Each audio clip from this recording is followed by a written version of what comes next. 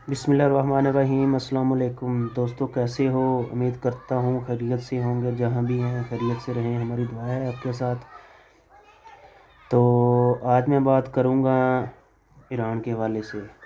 Iran में क्या काम मिलता है, नहीं मिलता, जाना चाहिए या नहीं जाना चाहिए, ये फ़ैसला आप पर होगा। मैं नहीं कहता किसी को जाओ या ना जाओ, तो लेकिन जाएं, वीज़े पर जाएं, ये मैं सबको मशवरा यही दूँगा। तो आइए आज वीडियो का आगाज़ करते हैं। तो ईरान में सबसे पहले तो 1 महीने के वीज़े पर जाते हैं पाकिस्तानी ज़्यादा हमारे भाई। तो वहाँ जाके वो तजारती वीज़े होते हैं, 1 महीने के बाद वो गैर कानूनी हो जाते हैं। जब गैर कानूनी होते हैं तो उनकी वो औकात नहीं होती जो होनी चाहिए, वो इज़्ज़त नहीं होती जो होनी चाहिए पाकिस्तान की। तो कोशिश ये करें, ईरान 1 साल का वीज़ा दे रहा है पाकिस्तान को, तो आप 1 साल का वीज़ा लें और 1 साल का वीज़ा लेने के बाद जाएं, तो वो सबसे बेस्ट होगा। आपके लिए मुश्किलात भी नहीं होंगी। अगर 1 महीने के बाद वहाँ आपका वीज़ा ख़त्म हो जाएगा तो आप गैर कानूनी हो जाएंगे। आपको मेडिकल का मसला होगा, सिम कार्ड का मसला होगा और कई मसले होंगे। अगर आपके पास वीज़ा है तो आपको किसी बात की भी टेंशन नहीं होगी। तो काम उधर सबसे ज़्यादा यही मिलता है, कपड़े का। तो जो कपड़ा बनता है, जो मशीनें, जिन मशीनों पर कपड़ा बनता है, यही काम सबसे ज़्यादा है उधर। जो दूसरा काम है उधर इतनी ज़्यादा सैलरी नहीं है, जो मिलनी चाहिए वो नहीं मिलती। तो दूसरे काम में इतना ही होगा, आप कमाएंगे और इतना सही आपका होगा जो आप अपना ख़र्चा चला सकेंगे, अपना निज़ाम उधर चला सकेंगे। आप पाकिस्तानी अपनी फैमिली को पैसे नहीं भेज सकते वहाँ से, तो आपके पास और ज़्यादा बचेंगे नहीं, तो आप अपनी फैमिली को कैसे भेजेंगे? जो कपड़े का काम है, कपड़े के काम में सैलरी ज़्यादा अच्छी सैलरी बनती है उधर। जो पुराने भाई हैं वो हमारे उधर, वो 90 95 1 लाख तक कमा लेते हैं, ऊपर भी चले जाते हैं कुछ भाई हैं।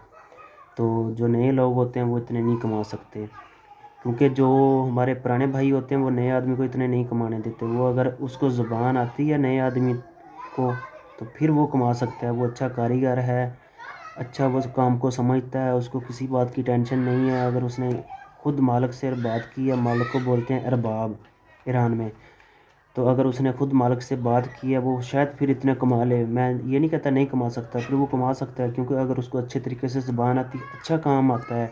क्योंकि उसी को किसी का सहारा नहीं मिलेगा, ना वो किसी का सहारा लेगा। जब वो खुद काम करेगा, खुद मालिक को काम करने के बाद वो दिखाएगा भी मैंने काम कर सकता हूँ, मालिक खुद उसको इतनी सैलरी देगा। तो ईरान का शहर है सफ़ान, ये सफ़ान का आगे एक इलाका है बिहाक, उधर मिलती है 16 मिलियन, 17 मिलियन और 18 मिलियन भी मिलती है। जो दूसरे एरिए हैं उधर 14 मिलियन, 13 मिलियन, 12 मिलियन मिलती है सैलरी इतनी। तो अच्छी सैलरी है, सैलरी कम नहीं है, लेकिन जो मालिक उसको ही इतनी सैलरी देता है जो अच्छा काम करता है, जो अच्छा काम करके मालिक को देता है, कपड़ा ख़राब नहीं करता। उधर कपड़े को बोलते हैं पारचा। तो जो अच्छा अच्छा पारचा तैयार करके उस रबाब को देता है तो वो खुद उसकी सैलरी भी ज़्यादा देता है और उसकी इज़्ज़त भी करता है। और जो भी मालिक को बोलेगा, मालिक उसकी हर बात मानेगा। तो जो नए आदमी होते हैं, जो पुराने लोग होते हैं उधर हमारे पाकिस्तानी भाई, वो नए आदमी को इतने पैसे नहीं कमाने देते। वो कहते हैं मैं इतने कमा रहा हूँ, ये हम मेरे बराबर क्यों आए?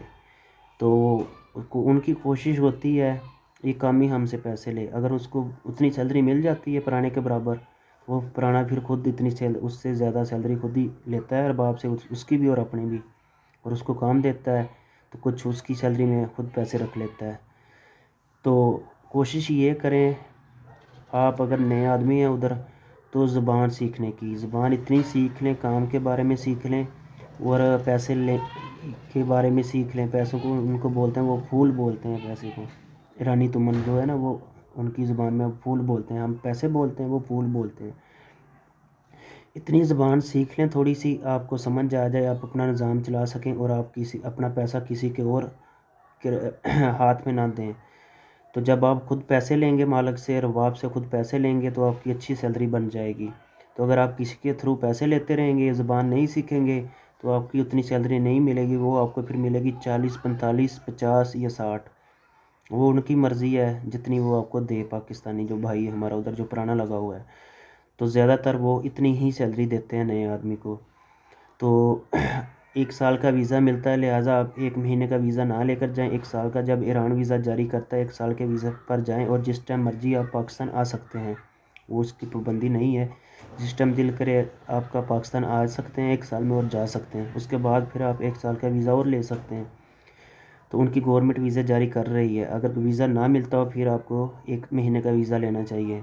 तो लिहाजा आप पाकिस्तान का नाम बदनाम ना करें, मैं आपसे अपील करता हूँ। तो अगर हम की वजह से ही पाकिस्तान की इज़्ज़त बढ़नी है, कोई और नहीं बाहर से आके पाकिस्तान की इज़्ज़त नहीं करेगा। जब तक हम खुद अंदर से इज़्ज़त करेंगे, पाकिस्तानी अवाम इज़्ज़त करेगी बाहर जाकर, तो वो खुद इज़्ज़त करेंगे।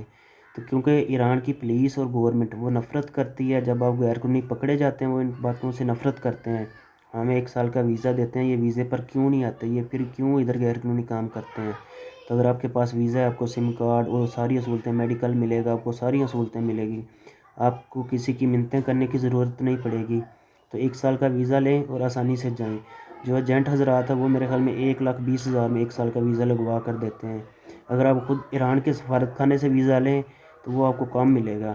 तो आपको पता है एजेंट पैसे खाते हैं, पैसे खाने के बाद ही वो वीज़ा लगवा के देते हैं।